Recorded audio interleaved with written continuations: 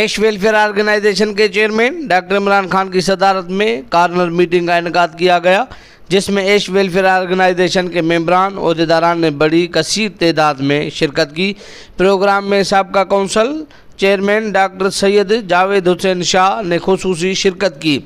سابقہ کونسل صدر chairman instruction doctor سید جاوید حسین شاہ نے GNP نیوز سے گفتگو کرتے ہوئے کہا کہ یہ الجھا کے رکھا گیا ہے، کیونکہ وجہ یہ ہے کہ اپ گریڈیشن بہت ضروری ہے۔ جب تک آپ کا اپ گریڈیشن نہیں ہوگا، الحمدللہ ہمارے دور میں جس وقت میں کونسل کا صدر تھا، اللہ کا فضل و کرم ہے کہ ہم نے BHMS 5 سالہ منصوبہ وہ باقاعدہ گورنمنٹ سے اپروو کرایا۔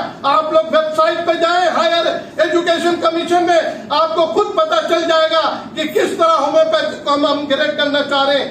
جو DHMS ہے، الحمدللہ ہمیں ایسے لوگوں کی نمائندگی نہیں چاہیے۔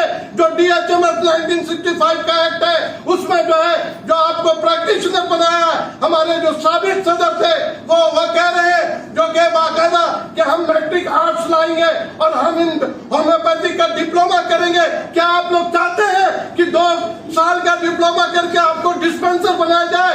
جو پریکٹیشنر ہے، آپ زور سے آواز میں بتائیے مجھے کہ آپ لوگوں کو یہ پسند ہے کہ ڈسپینسر بنیں گے؟ زور سے۔ تو آج کی قرارداد سے اس بات کا اندازہ ملتا ہے کہ سلیکشن اور گورنمنٹ کی جو سیٹ ہے اور پرائیویٹ جو ختم، MSc ختم، اب ہو رہا ہے 5 سال کا تعلیم۔